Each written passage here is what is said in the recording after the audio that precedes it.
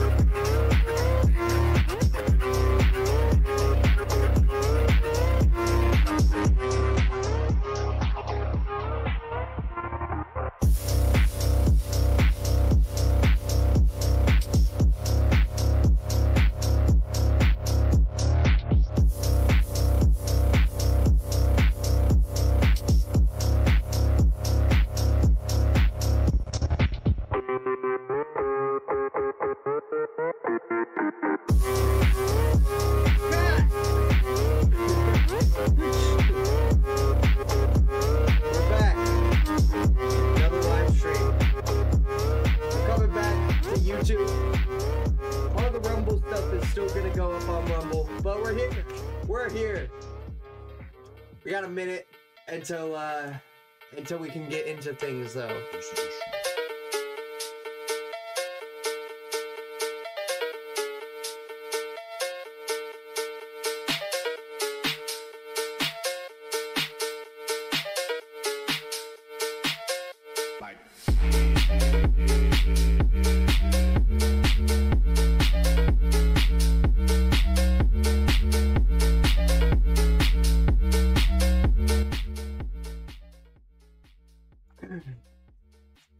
Alright, we are here, day 31. This is the second live stream back on the YouTube chat. Welcome in, welcome in. I hope everything's all good, the audio's all good. I got the green screen up. Yes sir, yes sir. I'm kind of getting over a sickness still. I don't know if you guys even tuned into the last live stream. It was like really late at night, so not much people saw it. And like, it was kind of glitchy on YouTube. YouTube's been a little glitchy for me lately, but we are here. And how's your guys' week going? Weekend, it's almost over, right? We're about to get into this next week. What happened this week? Oh, there was like a bunch of family drama. I don't know what it is. It seems like females are just, they're going through like this phase right now where they're just like completely they just get mad at their man, I guess. Like, there's been like 3 relationships that I've heard of so far that are just, they're just going through shit. Like, the woman is just like, oh, blah, blah, blah. Like, you know, I'm glad that I don't have to deal with that, but my prayers are in you if you are going through that shit right now. And I'm sorry that you have to put up with annoying women. What do we got going in the chat? So, who's... Marshall. Sorry. A leader is trying to kill me. He is violating my entire apartment everywhere I sleep or sit to give me some sort of lead positioning. What the hell does that even mean? Ann Marshall Norfrank is his espionage friend. He is also involved in trafficking, and his wife, Gina, is involved. Please notify the FBI. I'll be staying at a domestic violence shelter. What the hell, chat? What the fuck is this guy ranting on about? I hope this guy's okay. I genuinely hope this guy is okay. Let's pull up our sound effects. We got sound effects now. But Marshall, I'm sorry. I have no idea who you are, bro. You know, like, I don't know how to contact the FBI. And yeah, I'm sure you'll figure it out. My first impression would be not to go to a live stream from a guy that has 250 subscribers and be like, notify the FBI for me, please. That would not be my first impression. So, I'm sorry if you are going through something, but we'll move on. We gotta move on. What else happened? This week was just like, it was chaos, but we made it through it. We made it through it. I was sick. I lost a editing position, which is only, you know, it is what it is, but it's only gonna make me better at editing. I think I just need to get better at my retention. Kind of sucked, but it is what it is. And so we're here. Well, like, there was a lot of people that I'd put up with. I was working at somebody's house, one of these rich people's houses this week, and I realized while I was sitting there working with them, chat, like, sometimes I'll just spew bullshit out of my mouth. Like, that's why I was afraid of being on YouTube for a while, but I think I'm able to, like, censor it now. I was afraid of, like, accidentally slipping up and saying the N-word. That's why I wasn't here on YouTube. I'm gonna be honest. Because sometimes I'll just spew bullshit and accidentally say that. But I was at this this person's house for my main job, and I was just talking to him, and they were like, "So are you contracted out for this company, or are you employed?" And like, well, we went on this whole conversation about how you know, we work on these different things here and there. She was a great person, I'm not gonna lie, and she seemed to enjoy talking to me up until she was like, "Are you contracted out?" And I was like, "Oh, I'm employed for them, unfortunately." And she was like, "Unfortunately," and then it was just quiet for the rest of that time. So, I was like, I didn't even mean to say that. I don't even mean to say but it came out of my mouth, and I was just like, oh, I might as well just double down, you know? It's like, if you accidentally say the N-word, you might as well double down and say it again, right? No, don't say the N-word, I'm only joking, but, we got... Bomba! There you go, there's your sound effect. We got some reactions to get into, and, you know, I've been realizing, chat, I've been going at streaming in the wrong way. Especially being over on Rumble. Being over on Rumble, it was just kind of a way to hide. I didn't really get to build a community. I got to get reactions and just do reactions and get short form content. Yeah, we went from what, like 100 subs up to 250. Great. That is a great idea to just be our great way to just keep rolling in clout and, you know, do these stupid reactions where I'm like and fall over my chair or whatever, you know. So it's great to, that platform is a great platform. No shame to Rumble, give me a deal. But I think we're going to either be on here from now on, or we're going to be on Kick. I'm still, you know, I'm still at Leverage. I have an editor now, so I am paying somebody. I'm not doing this for money. You know, it would be nice eventually we get to the point where I could pay my editor in full every single stream without having to take it out of my Matrix job, right? So, for now, I'm just paying him. We're gonna keep doing reactions, but this is gonna be a community. I want to make this a community thing. I have not thought of the community name yet, and just calling it BWARE, like that sounds so selfish. Like my Discord server, which you could join. It's discord.gg/BWARE, and I just think it's not like, where's the community? People have been, and I've been trying to figure out how to do this. People have been calling me saying, like, you know, my hairline's fucked up. Where the hell is this guy's hairline? Which, stop it. Don't fucking make fun of my hairline. I fucking hate that. I'm insecure about it. I can't do anything about it. Fucking stop it. Or you keep calling me fucking redneck Jinxie. Why? I look nothing like Jinxie. That guy's weird.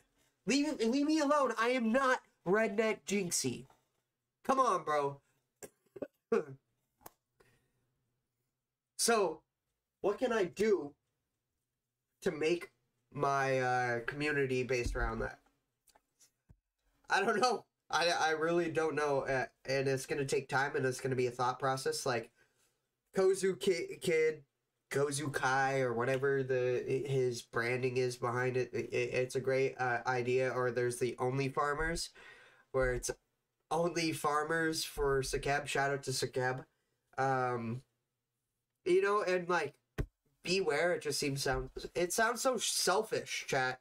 So selfish. But I really want to up the game when it comes to streaming. I don't want to sit here and just react. I want to bring on more people. Like, I brought on my brother, and it was fun. We had a fun time. It was only an hour stream, We sat here, we talked. Excuse me, hold on, I need to blow my nose.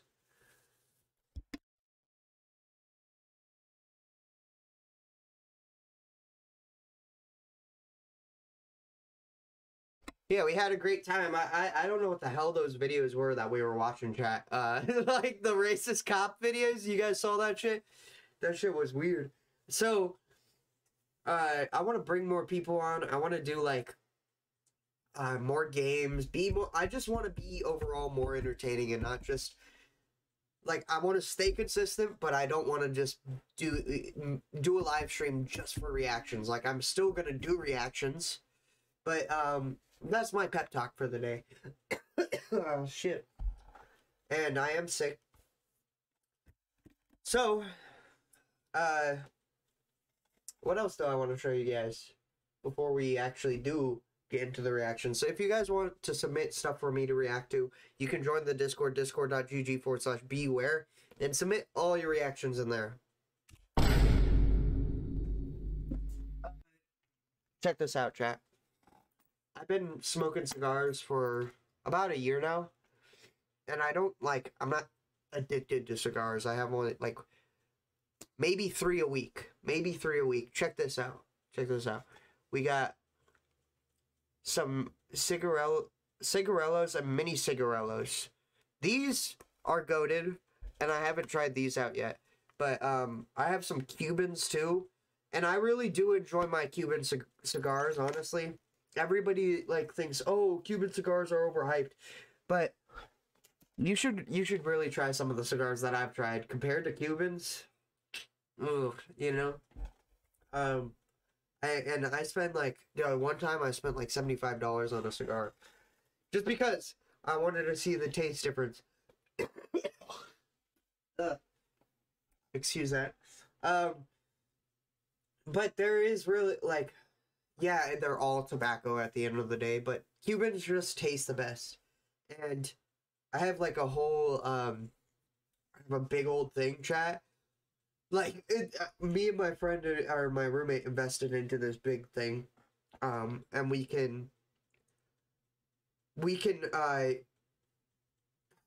both put our cigars into it. Sorry, brain fart. We both put our cigars into it, and we both, like, share it.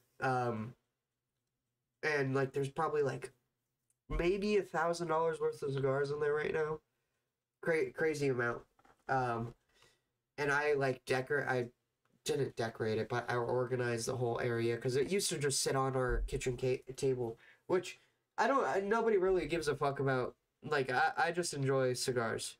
I used to be heavily into vaping about, like, 3 years ago, and I just was able to, everybody that just says, oh, why don't you just quit?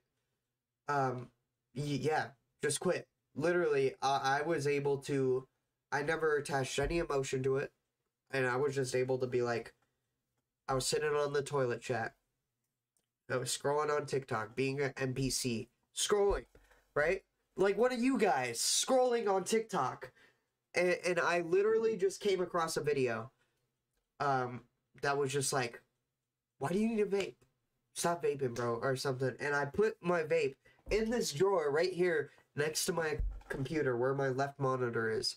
And it just sat there, and I haven't touched it ever since. And I don't plan on touching it. It just, me inhaling it seems like it would just be gross. Why do I need that? I got cigars. Cigars make you feel like a badass, and you are a badass smoking them, right? So, besides the point, dang. Denied. What do we got? Let's play all the sound effects right here. Bumbucker. Bruh. Denied. Huh? Stop the cap. Yay! Dang, these two don't do anything? That kind of... Why is it just typing? No, it crashed! Oh! Oh. Bruh. That's why. Let me put this in the chat for you guys really quickly. I'm gonna put this in the chat for y'all. So that way you guys can just join the link directly. Join the, and I'll pin it too.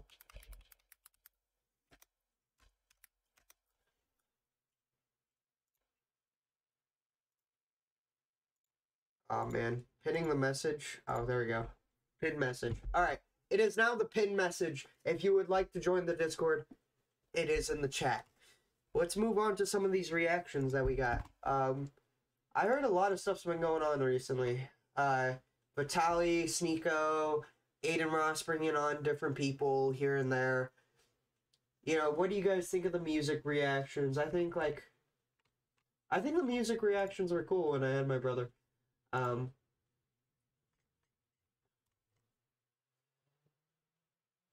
YouTuber who died while filming. YouTubers who died while filming. That's crazy. People died while filming. Editor, if you see this, this is a perfect thumbnail that you can cut out the middle guy and put my face and make my face like black and white. I'm just saying, like, this is perfect. And I think before I even go do the react to this video, I really have to use the restroom chat. So I am sorry to let me keep you guys entertained while I go. Play something, play something. Woo! Police and sheriff department fight each other. That's not gonna happen. You can get the out of my face. I don't give a who you are. Okay? This is my county too. Back up, man. Alright, we'll be right back while this video plays, chat. 77.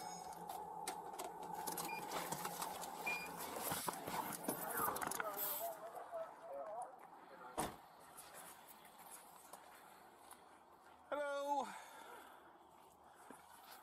Sure, I'm going to SWAT call out. Okay, sir, this could you do an 85 and a 55? I was going to Going where? call out. Where we going? The SWAT call out right over here. I didn't know we had one. We have an armed guy barricaded in the house. Used to be a police officer. And Where at? right down here on...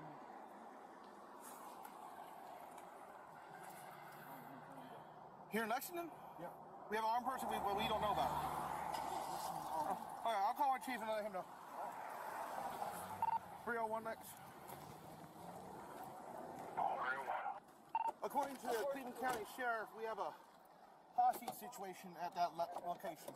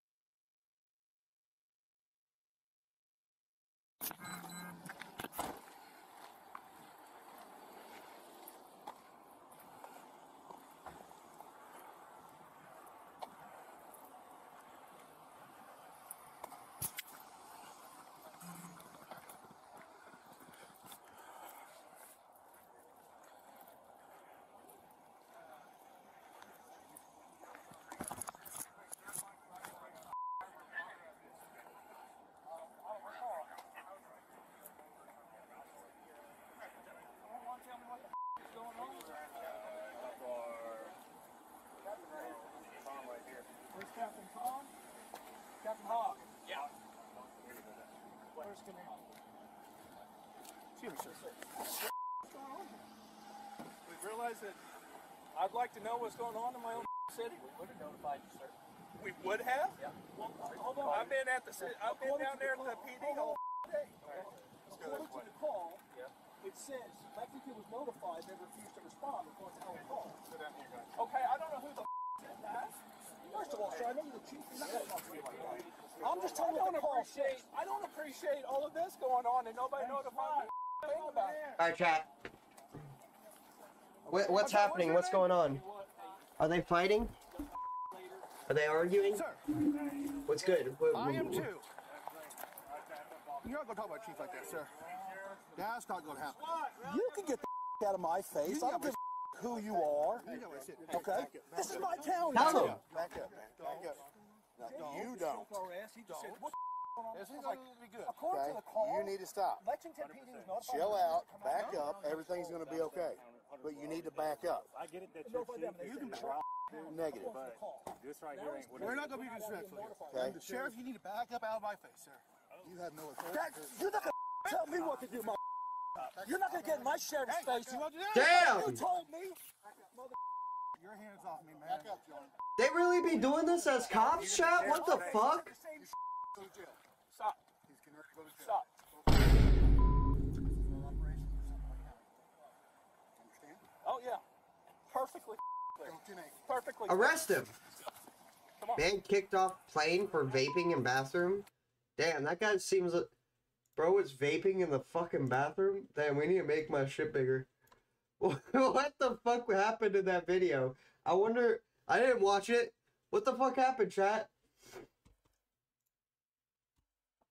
Damn. He was making fun of my hairline? No way. No way. He couldn't even see me. I was gone. If he was, that guy deserved to get beat up. Asking gym bros for sus spotting? What the? Rob Leaf? I remember we used to, like, I did some of Rob Leaf's thumbnails. Like, shout out to Rob Leaf. Dude, he comes up with, like,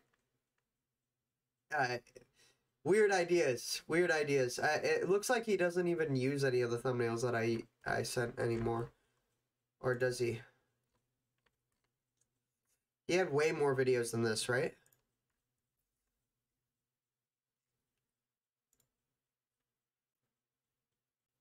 Yeah, we made him, which ones did we make him? He changed this one back. The fake Walmart employee prank. The vandalizing stores. Yeah, anyway. Shout out Rob Leaf. Angel blew him up. Angel really did a good job at blowing him up. I posted faceless YT shorts for 60 days, and this is the result. Damn, that guy got $1,000 for 60 days.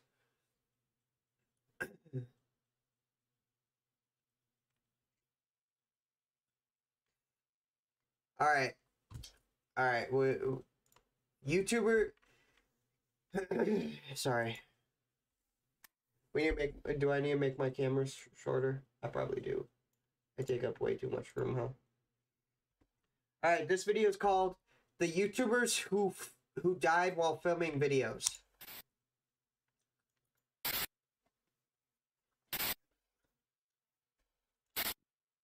YouTube is a platform with millions of users coming from countries all over the entire planet, and while the platform has brought countless hours of laughter and entertainment to people all over the world, there are plenty of dark, seedy corners on the website that go in the other direction.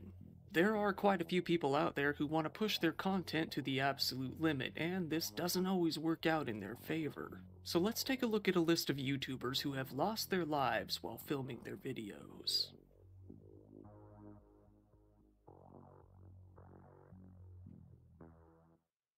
Timothy Wilkes. Timothy Wilkes? You guys seen this guy? Who are some YouTubers off the top of my head that have passed away? One that really comes to mind is Etika. I remember watching Etika, and dude, I did a live stream on this channel. I think it's privated right now, but I remember the day Etika passed away, and I was live streaming Escape from Tarkov, playing it. And then I watched this video on the opposite monitor about Etika, and I just remember crying because I was like, whenever I would watch Etika, it would just cheer me up. He had like that guy was just really good at like streaming and being like the Joy-Con brothers and stuff like that. That was just like, shout out to Etika. And may he rest in peace. Wilkes was the oldest child of his family, the only YouTuber one of 3 children. He lived at home along with his parents and his younger siblings. He was very close to his siblings, often gaming with his brother and even taking his sister to the prom when she had nobody else to go with. He was also pretty close to his cousins, hanging out with them pretty often as well. He had worked at Walmart since he was 16 years old, about to turn 21 in just a few months. He was getting a degree and he... Did you guys go to prom? Going to prom was, I didn't do it. I couldn't do it, chat. It was just, it seemed like a sweaty fest where girls were like twerking on other dudes, and like, it just seemed degenerate to go to prom. Like, maybe I could have got some coochie. Maybe you would have got some coochie, but they would have all made fun of my hairline and called me redneck Jinxie. They all would have fucking did it, and I would have just spazzed out on them and got really fucking pissed. Heating, ventilation, and air conditioning. He was a pretty tall but also soft-spoken guy. People didn't expect much chaos from him. Well, Timothy had one desire that wasn't well known to his family. He wanted to hit it big on YouTube. How was he going to do it? Well, he was going to hop on the current trend of prank videos.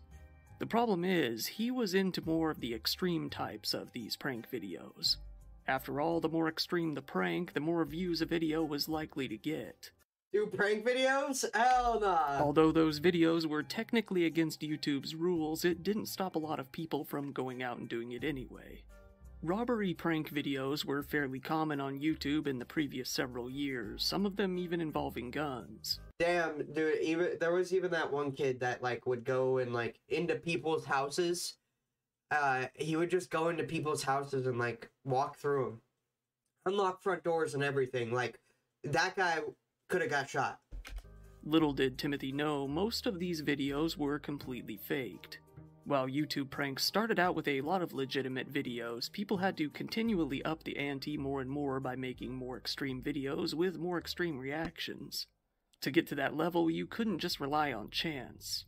The vast majority of the people reacting to the pranks were simply paid actors. Timothy, though, intended on pulling a real prank and getting a real reaction. He pulled up to the Urban Air trampoline park in a smaller Nashville suburb at around 9 p.m. with a friend. This was a place with a lot of kids and a lot of parents who were more than likely to do anything to protect their kids from a threat.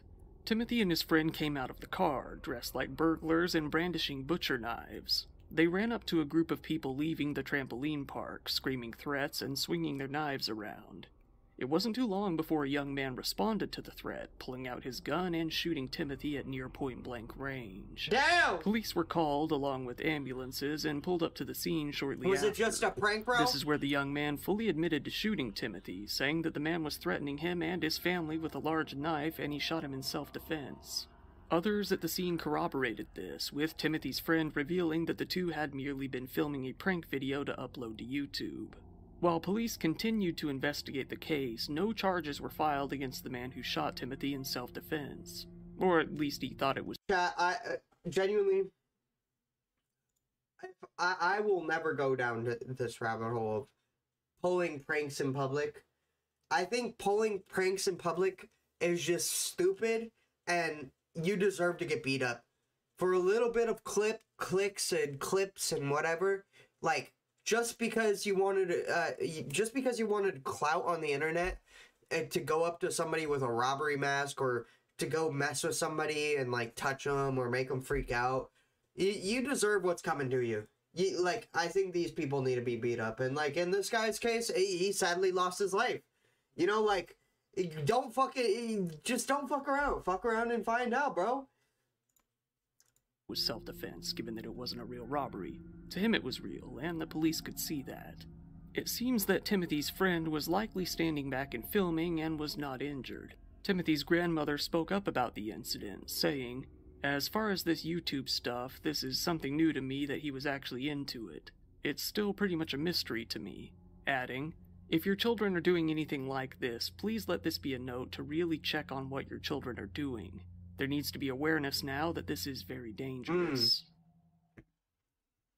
Mona Lisa Perez and Pedro Ruiz III. Mona Lisa Perez was a YouTuber who had a channel called La Mona Lisa, a channel where she mainly recorded boring vlogs in which she would talk about her Damn, he called her out. He said they were boring vlogs. And mundane. You know, and like, I realize that too, chat, as a lot of people will just do boring. They make money of just doing day in life videos.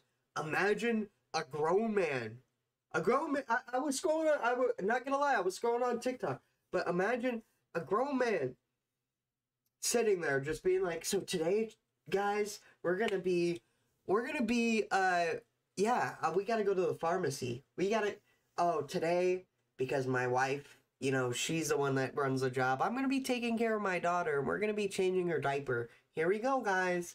Like, honestly, I mean, we're making reaction content, which, you know, it isn't really that far from being different, but having to do that every single day, I try to do this because I want to have fun. I enjoy streaming. I enjoy sitting here watching videos with you guys. But how could you enjoy making a day in life and making money off of that? I couldn't. I just couldn't. And there was grown men on TikTok, chat. Grown men on TikTok. I was sitting there scrolling, and I realized, like, what certain people will do for clout.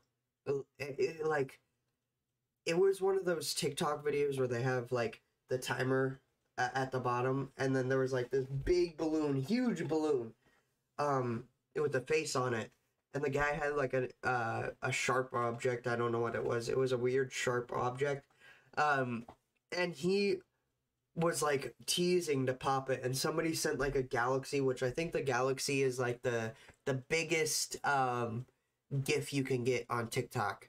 And they literally were just dancing around hitting the gritty. Grown men dancing around hitting the gritty. Yeah, I get it. They're getting money and blah, blah, blah, but do you really want to be looking like that? Imagine your kids finding that video of you hitting the gritty. What are they going to think of you? What is your family members thinking of you? Oh, he's making money, so it doesn't bother me. Average activities. She was in a serious long-term relationship with a young man named Pedro Ruiz III, and the two had a young daughter together. Mona Lisa was actually pregnant with their second child, a son that the two planned to name after his father. Pedro was also interested in becoming a YouTuber himself. On Mona Lisa's channel, the two would engage in some slightly dangerous activities, such as in one video where the two had fun playing around on some carnival rides at the local fair, making a video called Doing Scary Stunts at the Fair Part 1. However, Pedro was not satisfied with this family-friendly level of danger. He wanted to start his own channel called Damn It Boy, where he would film his own jackass-style stunts, hoping to make a name for himself. He thought that, after hitting about 10,000 subscribers, he might be making some good money. That's not the case, if you're curious. What's up, everybody? It's Damn It Boy. Why did I choose that name? Well, everything I'm gonna be showing you guys on my channel, you guys are gonna be saying, Damn It Boy. My channel is gonna consist of a lot of crazy stuff. Entertainment just for you guys. I'm not into doing all the by the law. I mean, I will if I have to, but he's a bad boy. Thing is, that's what he's wanting to show his girlfriend right now. He's like, oh yeah, you think I'm a bad boy? Crazy. I'm borderline crazy. You know, he's borderline my whole thing, crazy. I just love the adrenaline, the pumping, the near-death experiences. For their first video, Pedro decided that he wanted to begin with a particularly crazy stunt. He planned to have Mona Lisa shoot him at close range in the chest, with nothing protecting him beyond a very thick book. He was surprised to see that the bullet indeed didn't go through the entire book. He felt that he would be completely safe. He approached Mona Lisa with the idea for the stunt, and she adamantly opposed it. He had told me about an idea, and I said, don't do it. Don't do it. Why are you going to use a gun? Why? Because we want more viewers. Because we want more viewers, bro. This guy is genuinely crazy. Argued back and forth for over a month, with Pedro insisting that the stunt would be safe. Eventually, Mona Lisa backed down and agreed to perform the stunt. The two were all set to perform the bid on June 26th of 2017. Right before the two set out to perform the stunt, Mona Lisa posted on Twitter that she and Pedro were about to perform what she called one of the most dangerous videos ever, making it clear that it was all Pedro's idea. Pedro filmed his own video in which he explained that he wanted to find out whether a deagle? Not a .50 caliber bullet from a Desert Eagle would go all the way through his 1.5-inch thick dictionary. Are you fucking kidding me? Of course. Isn't it 50 cal? Or it's like I want to be 50 cal with that deagle shoot. I mean, there's different versions of like deagles, but the most common, isn't it 50 caliber? And the fact that a dictionary is gonna protect me. Are you, dude? This guy is. How did she pass away? To do so, he was going to hold it against his chest while his girlfriend fired the gun.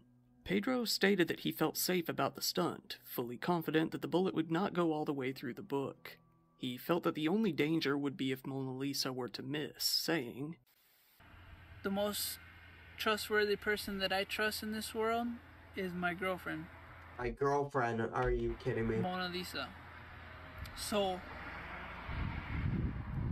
if I'm gonna die, I'm pretty much ready to go to heaven right now. He's ready to go to heaven. Really? If I die, I'll be ready for Jesus. He probably won't accept me into the pearly gates because how stupid this is, but I have confidence that my girlfriend will hit the book and not me. About 30 people showed up to watch the stunt. I can't chat On that fateful day, including Mona Lisa and Pedro's very young daughter. So here, I bring to you Mona Lisa, my girlfriend. Hi everyone. So babe, let's go ahead and show them what we have in store for our first video. Alright. You want to explain? This right here is a 50 caliber Desert Eagle. 50 cal! Just what I said! Mona Lisa, thinking about their new child who was about to be born, started to have second thoughts once again, refusing to fire the gun. She was standing so close to Pedro that she could reach out and touch him, with the gun nearly pressed up against the book. She worried that not only he might die, but that she could end up in prison for the rest of her life as well. All in all, it seemed like a terrible idea, but Pedro insisted and she buckled once again. Pedro reassured her one more time, saying, "As long as you hit the book, you'll be fine. Come on, the battery's gonna die on it. Come closer." Mona Lisa refused one more time, but she chose to fire the gun regardless. The bullet indeed completely penetrated the book, going all the way through and straight into Pedro's chest. He flew backwards, uttering "oh shit" as he fell back onto the ground. Mona Lisa ran up to him in a panic. His last words were stop, babe," as the light faded from his eyes. Onlookers called 911 immediately after the incident and police showed up as quickly as possible, but by that time there was virtually nothing they could do to save his life. You see? He died right there on the scene. Mona Lisa Perez was arrested and taken into custody, just as she had feared. On December 15th, 2017, she pled guilty to charges of second-degree manslaughter. In March of 2018, she was imprisoned for 6 months. She was also forbidden from ever owning a firearm again and was barred from making any money off of this case. About 10 months later, YouTube decided to ban dangerous pranks entirely. The video of the shooting is now considered to be lost media. About 16.5 minutes of the footage leading up to the incident has been released to the public via news reports. All of the videos stop right before the shooting itself, though. This video will likely never be released to the public, with the county attorney saying that the clip is obviously, quote, clearly offensive to common sensibilities. We do have the transcripts of the video, however, and they show how reckless, tragic, and frankly, dumb this entire stunt truly was. Albert Durbin. I could not, damn, bro. And she had kids, and now she has to, for the rest of her life, she has to support those 2 kids and find another guy Find another guy to help support these kids from this loser. This guy that just decided, oh, why don't you shoot me? Albert Durlund was a Danish YouTuber, musician, and vlogger born in 1998. He was mostly known for the music videos and comedic sketches that he would make.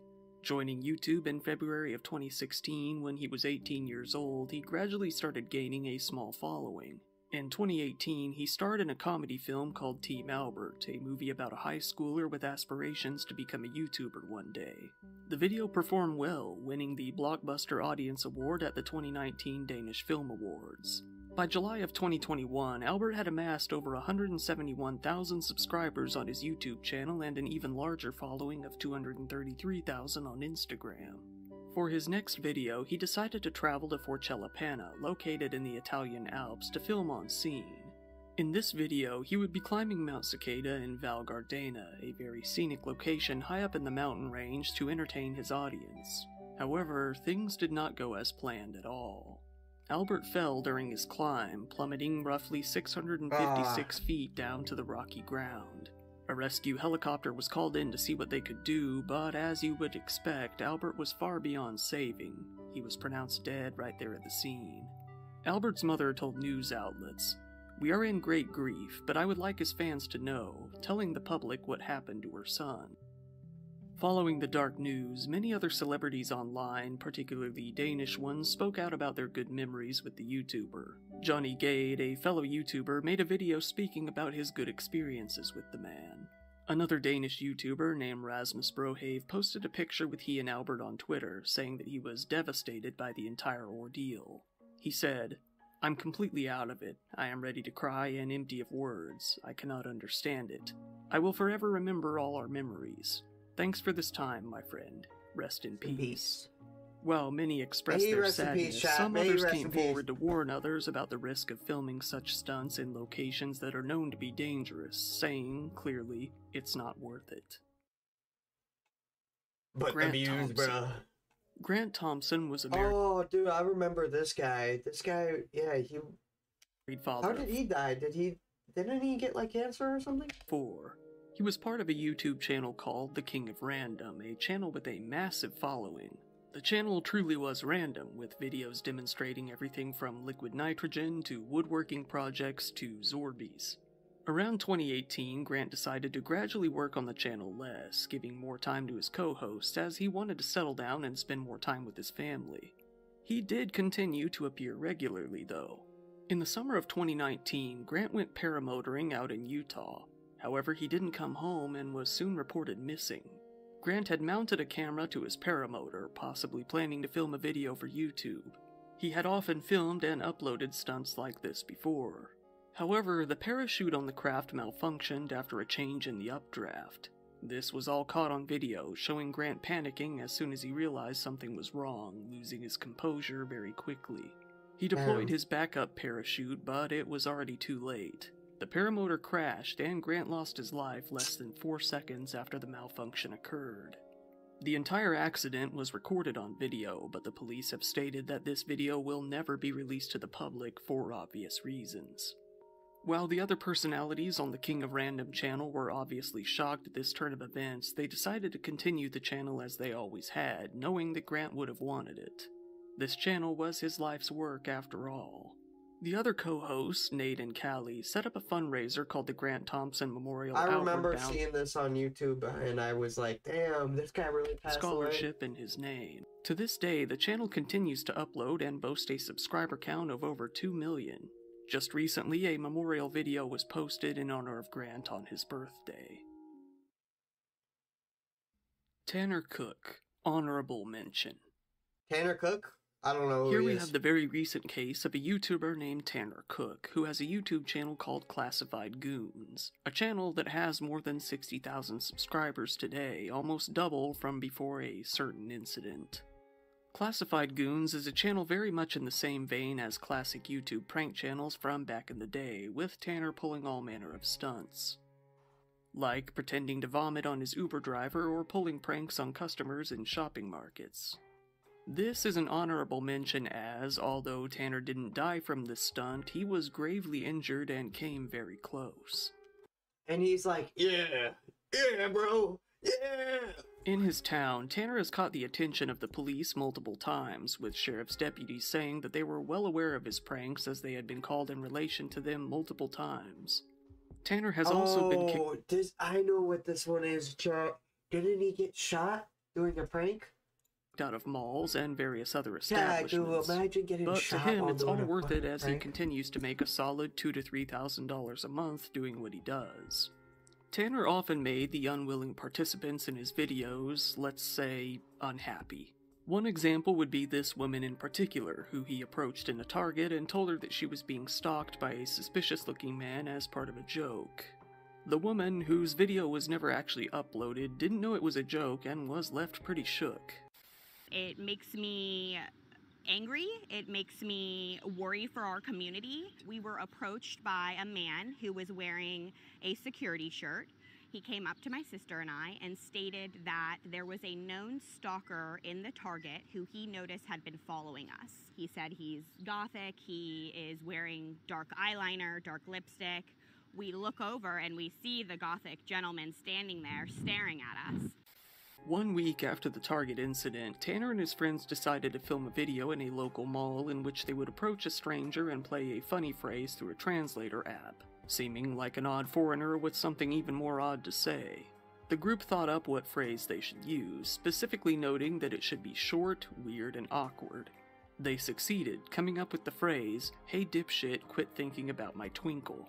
They approached a DoorDash driver, Alan Coley, as he was picking up an order for a customer. Little did they know, Alan was packing heat after a recent string of robberies on delivery drivers. He was primed to be afraid of something like that happening to him, with all of the cases he had seen on the news lately. When Tanner and his friend approached Alan, he said that the two looked very cold and angry. Indeed they did, seen on video showing blank expressions as they shoved the phone into his face. The phone played the translator audio over and over again. Andrew began to back away, telling the two to stop 3 times as they continued to walk towards him and shove the phone in his face even closer. Alan then tried to knock the phone out of their hands as they continued to walk towards him. That's when he got a very bad feeling, pulled out his gun, and shot Tanner in the lower left side of his chest at close range. The police received a call informing them of a shooting at the mall at around 12 p.m. They quickly arrived, stepping foot on scene only 3 minutes after the call. The police came in and threw Alan into cuffs within only a few minutes. They found Tanner scrambling outside the mall, bleeding from a gunshot wound to his abdomen. He was treated on scene as well as he could be and transported to a local hospital for further help. The police then cleared the scene and checked the mall to ensure that there were no other suspects or victims. The mall then remained closed for the rest of the day. Shortly after, Tanner had a good surge of comments on his channel praising and sympathizing with Alan, saying that Tanner was nothing but a nuisance and needed to stop his harassment. Yeah. Tanner had to undergo surgery to remove his gallbladder, losing it in the incident. This led to even more comments on his page, making jokes about his surgery. Alan Coley, age 31, was charged with aggravated malicious wounding, use of a firearm in the commission of a felony, and discharging a firearm within a building after his arrest. Once it came time for the trial, Tanner testified that he often tries to pull pranks that are meant to confuse his targets, feeling that this manner of joke often gets a good reaction. He said that he doesn't specifically try to incite fear or anger, but this often happens regardless. When asked why he didn't stop the prank even when being told to back off multiple times, he said that he was actually about to, because Alan wasn't giving him what he felt would make a good video, saying, "There was no reaction." He said that he didn't feel that Alan was behaving as if he were in fear at the time of the incident. Tanner, behaving like a goofy YouTube prankster on the news footage, did not amuse the public.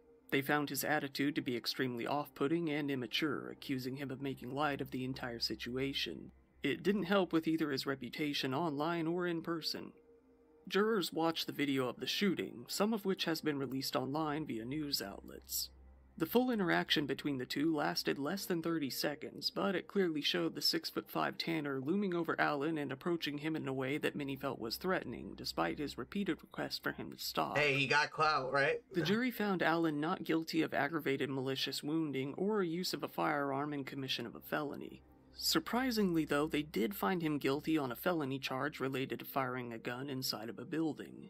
So, despite it being found that he had indeed acted in self-defense, the charge for wounding Tanner was dropped, but the charge for firing the gun was not. That's so stupid. This confused many people following the case and caused Allen's lawyers to have to argue for several more months as he remained in jail until a decision was made.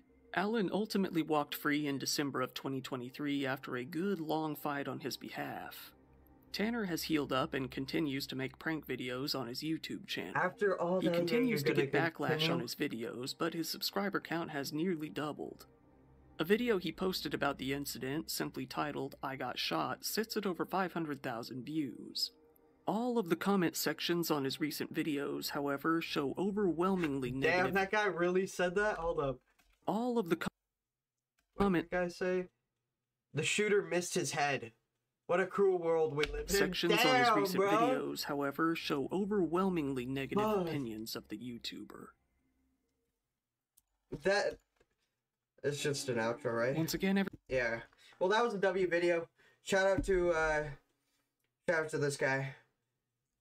The YouTubers who died while filming. But let's move on.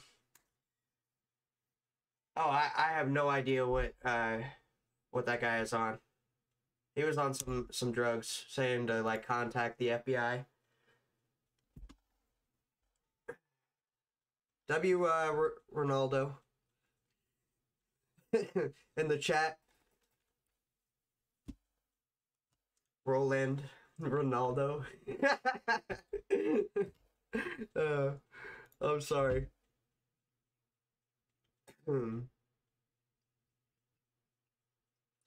But let's move on. We got some more, we got one more video before I have to, I got a place to be. So, this may be... Let's get right into it. Make sure everything's all lined up. I really called bro Ronaldo. Roll and O? That's how you say it? Roll and O? Roll and O?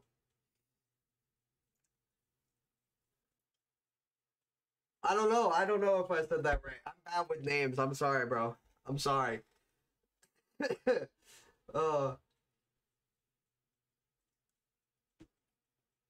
you need me to contact the FBI for that other guy? Yeah, I don't even know how to contact the FBI. I'm gonna be honest. That guy's kind of screwed. W name though. It's better than you know, people call me redneck Jinxie and shit, bro. That's what people be calling me. I'm like, my name isn't fucking redneck Jinxie. Maybe contact the FBI. Send the number. Prank call him? No, I ain't prank calling the FBI. That'd be crazy. Prank call the FBI would be crazy.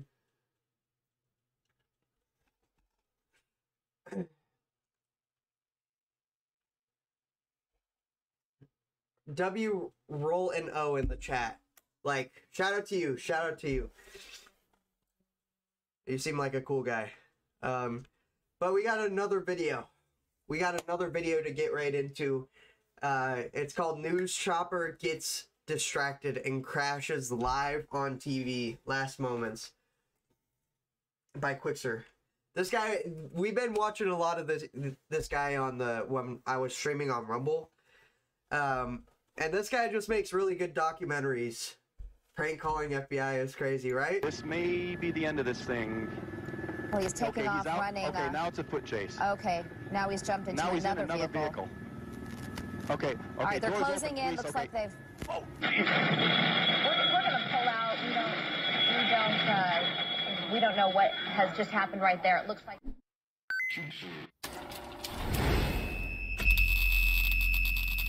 On the 27th of July, 2007, police... I would never ride in a helicopter. I'm saying that now after seeing what happened to Kobe. After Mr. Beast, he says he'll never go in a helicopter. Nah, I'm good. I'm good, bro. I'm good.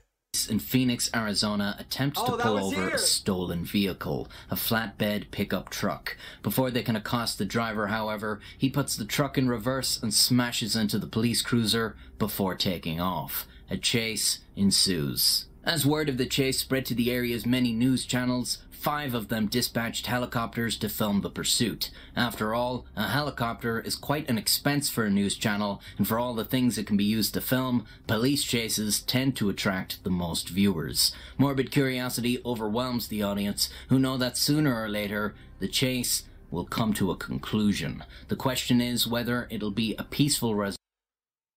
Colin, he also died in a helicopter crash with his 7-year-old son.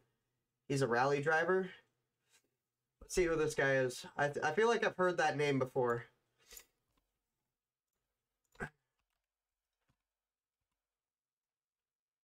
Oh, yeah, I know this guy. He really died in a helicopter accident with his 7-year-old son? Bro, that would be brutal. What are your last moments like when you're holding your son going down in a helicopter, man? That must be terrifying. He's British. Yeah, I've seen this guy before, definitely. Oh, that sucks.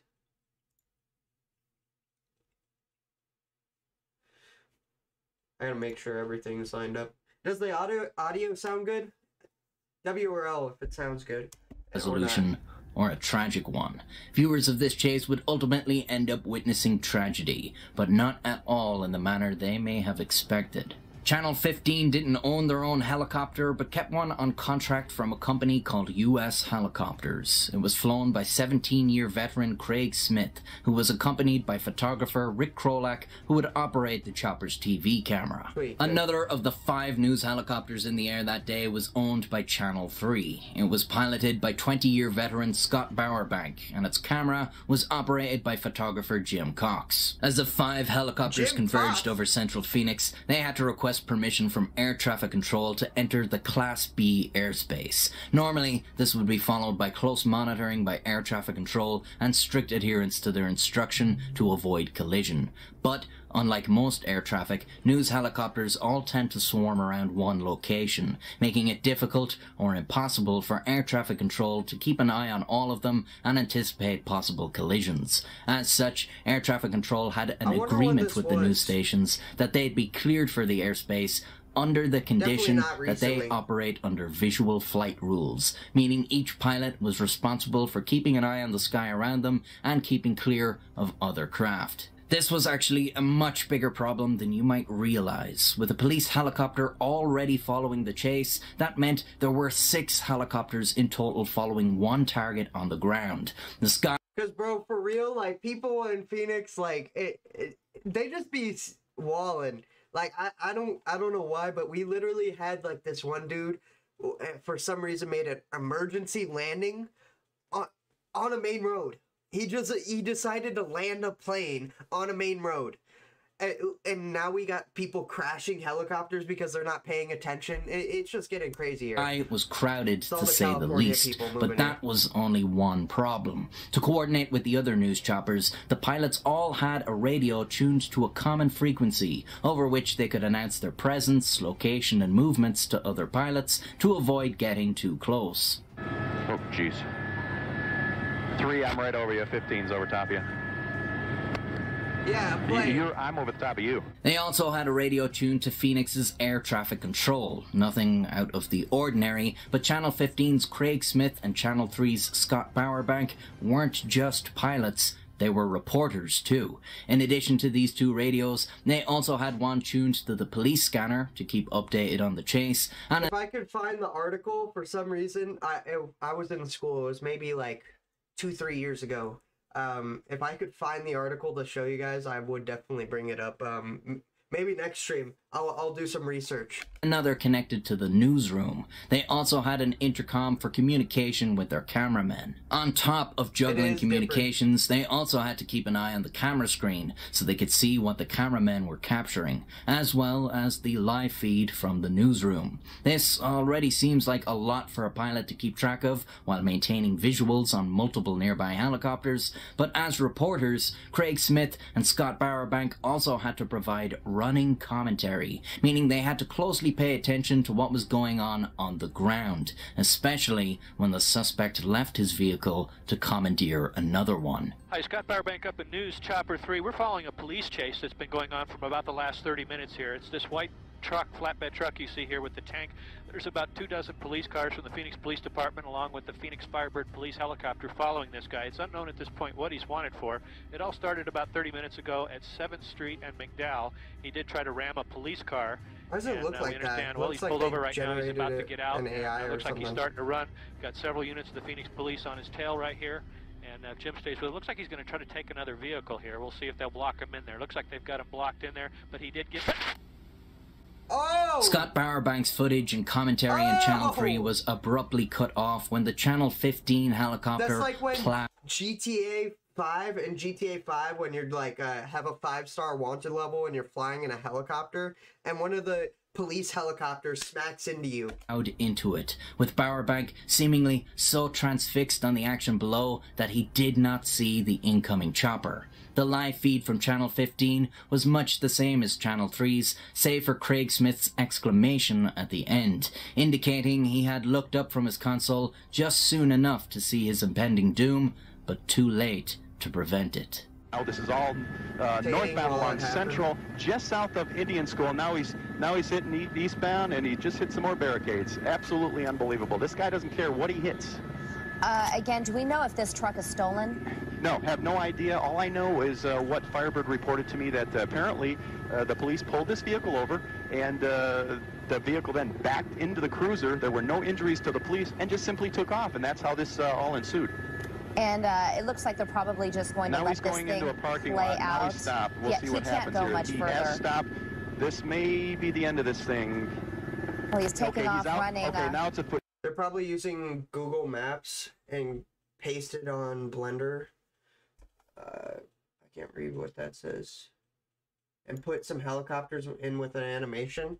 I don't know. It kind of seems like they generated it with AI. No, like look at the look at that text. That text, usually when you generate an AI, it like messes up text. I don't know why AI can't just like make normal text. Foot chase. Okay, now he's jumped into that could be a possibility too. Another vehicle. In Blender. Okay. All right, they're closing in. Looks like they've... Oh, jeez. After colliding, both helicopters plummeted to the ground in the Steel Indian School Park. Both pilots and both photographers were killed, but thankfully no one was caught in the crash on the ground. The other helicopters following the chase quickly turned their attention to the crash site. Many of these men would have known each other personally and would have communicated frequently when they were all up in the air together covering a story like this. Emotions ran high among the remaining reporters. Turn back around and get away from this. We do have 2 helicopters down during this crash. We're not sure which helicopters they were. Oh my God. It's Channel 3. That's...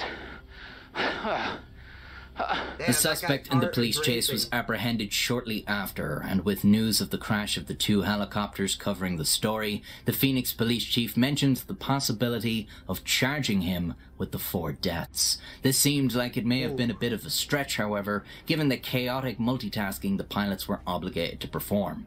With so many helicopters so close by, with each pilot keeping track of so many different things, and the pilots basically required to do multiple jobs on top of piloting their craft, an accident seemed inevitable, be it in the course of covering a police chase or a house fire. An investigation by the National Transportation Safety Board closely examined the circumstances leading up to the crash, and it was quickly obvious how such a thing could occur. Flying under visual flight rules requires a pilot's constant attention to the sky, which is obviously not possible if the pilot is also interacting with a newsroom and providing live commentary on a ground target that they are following. This is evident by the fact the two pilots were distracted by the drama on the ground as the suspect hijacked another vehicle when the collision occurred. While the National Transportation Safety Board didn't push any legally binding requirements, it did have a number of strong recommendations, which were largely taken on board by news stations. Firstly, the pilot should focus on piloting. The duty of reporting should be separate. As such, many news stations now either make use of a co-pilot to handle commentary or just provide commentary from the newsroom. To keep aircraft getting too close, anti-collision LED lights and high visibility markings on rotor blades were recommended, as well as minimum separation distances of 200 feet vertically and 500 feet laterally. This issue has only alleviated with time, as improving technology allows cameras greater zooming for better picture quality at further distances. In Phoenix, the news stations began culling their helicopter fleets, with many stations opting to share a single helicopter and provide separate commentary from their respective newsrooms. This practice caught on around the country as stations... But, chat, low-key, I'm thinking, let's just get a homing rocket, right? Beep, beep, beep, beep, beep, beep. We'll take care of those news choppers immediately, like that. Realized competition to have the best coverage was potentially putting lives at risk, and from a purely pragmatic standpoint, it was simply cheaper to share a helicopter. Looking back, it's astounding to think these measures weren't standard practice from the get-go. They don't seem to amount to much more than common sense, especially when you learn how much the pilots were keeping track of on the day of the crash. It was bordering on madness, and anyone can see it was an accident waiting to happen. As for the suspect, of the 35 crimes he was charged with stemming from the police chase, responsibility for the helicopter crew's deaths were not among them. He pleaded guilty. Ironically, his story is far less dramatic than the one unwittingly created by the men attempting to document it, who in doing so ended up broadcasting on live television their last moments. R.I.P. R.I.P. That's unfortunate, chat. That really is, but I think this was a W stream. We had Roland O. He tuned in. Shout out to you. I just enjoyed. You know, we didn't force reactions. We just we hung out. That's what these streams are about. And we're back on YouTube. Join the Discord, discord.gg/BWARE. We're trying to think of a name to call the community. And yeah, other than that, I should be live later this week. And shout out to my editor, Andrew. That's all I got for you guys. I'll see you in the next one.